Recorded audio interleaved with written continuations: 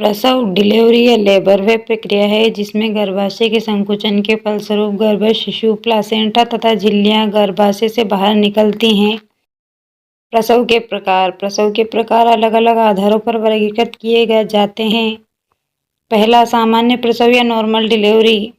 जिस प्रसव में शिशु योनि मार्ग से सामान्यतः शीर्ष या वर्टेक्स प्रस्तुति में बिना प्रमुख जटिलता के जन्म लेता है, उसे सामान्य प्रसव कहते हैं। सामान्य प्रसव की मुख्य विशेषताएं: गर्भकाल सामान्यतः 37 से 42 सप्ताह के बीच।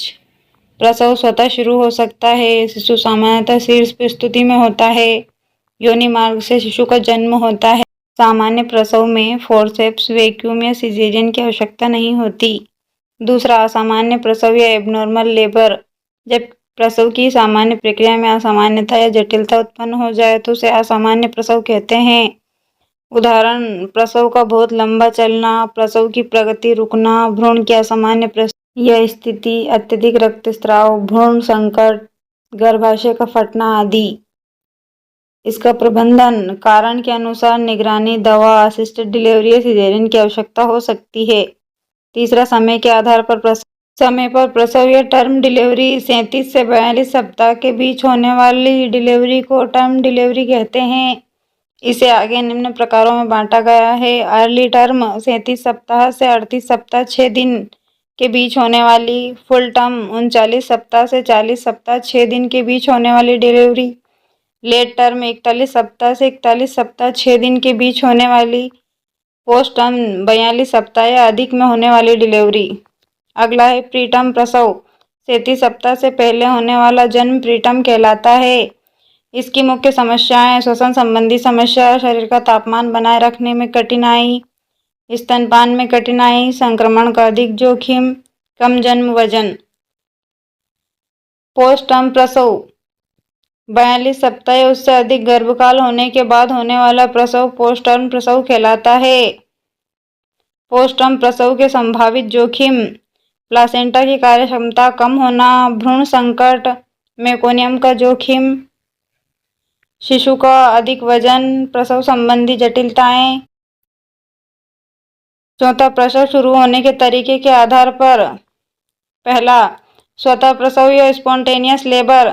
जब प्रसव बिना चिकित्सीय रूप से शुरू करवाए स्वयं प्रारंभ होता है तो इसे स्पॉन्टेनियस लेबर कहते हैं। इसमें सामान्यतः गर्भाशय संकुचन के दौरान गर्भाशय ग्रीवा का फैलाव होता है, फलस्वरूप शिशु का जन्म होता है और प्लासेंटा का निष्कासन होता है। दूसरा, प्रेरित प्रसव या इंड्यूस्ड लेबर। जब प्रसव अपने आप शुरू नहीं हुआ हो या गर्भावस्था जारी रखना मां या भ्रूण के लिए अधिक जोखिमपूर्ण हो तो चिकित्सीय विधियों से प्रसव शुरू कराया जाता है। इसकी विधियां: सर्वाइकल रिपेनिंग, प्रोस्टाग्लैंडिन्स, ऑक्सीटोसिन, आवश्यकता अनुसार एम्नियोटोमी।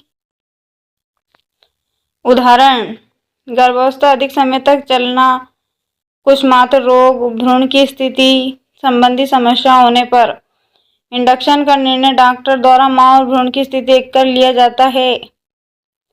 पांचवा, सहायता के आधार पर प्रसव, जिसमें सामान्य योनि प्रसव, शिशु बिना फोर्सेप्स या वैक्यूम के योनि मार्ग से जन्म लेता है। अगला, फोर्सेप्स डिलीवरी। फोर्सेप्स एक विशेष प्रसूति उपकरण है जिसे प्रशिक्षित चिकित्सक आवश्यकता पड़ने पर शिशु के सिर को बाहर निकालने में सहायता के लिए उपयोग करता है। इसकी कब आवश्यकता पड़ सकती है: प्रसव के अंतिम चरण में प्रगति न होने पर, मां को अधिक जोर लगाने से बचाना आवश्यक होना, भ्रूण संकट की स्थिति में शीघ्र जन्म आवश्यक होना। Vacuum assisted delivery. इसमें शिशु के सिर पर वैक्यूम कैप लगाकर चिकित्सीय रूप से नियंत्रित तरीके से जन्म में सहायता की जाती है। ध्यान दें, फोर्सेप्स या वैक्यूम दोनों असिस्टेड वजाइनल डिलीवरी के प्रकार हैं और इनके लिए निश्चित चिकित्सकीय परिस्थितियां तथा प्रशिक्षित विशेषज्ञ आवश्यक होते हैं। छठा, सिजेरियन प्रसव। जब शिशु को पेट और गर्भाशय में शल्य चीरा लगाकर बाहर निकाला जाता है तो इसे सिजेरियन डिलीवरी कहते हैं। इसके प्रमुख संकेत: प्लासेंटा प्रीविया, कुछ प्रकार की भ्रूण की असामान्य प्रस्तुति, भ्रूण संकट, प्रसव की प्रगति रुकना, कुछ मामलों में पूर्व सिजेरियन, कुछ मात्र एवं भ्रूण संबंधी चिकित्सीय स्थितियां। इसके प्रकार: इलेक्टिव या प्लांट सिजेरियन। पहले से नियोजित इमरजेंसी सिजेरियन प्रसव के दौरान तत्काल आवश्यकता पड़ने पर। 7वां भ्रूण की प्रस्तुति के आधार पर प्रसव।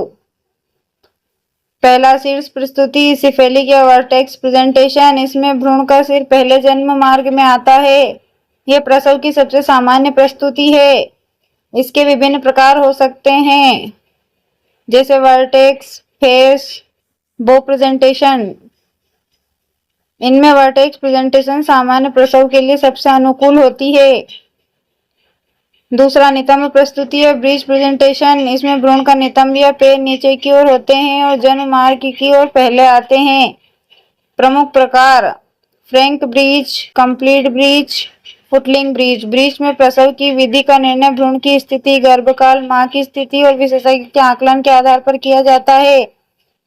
अगला अनुप्रस्थ स्थिति। इसमें भ्रूण गर्भाशय में आड़ा होता है और सामान्यतः कोई स्पष्ट भ्रूण भाग जन्म मार्ग की ओर नहीं होता।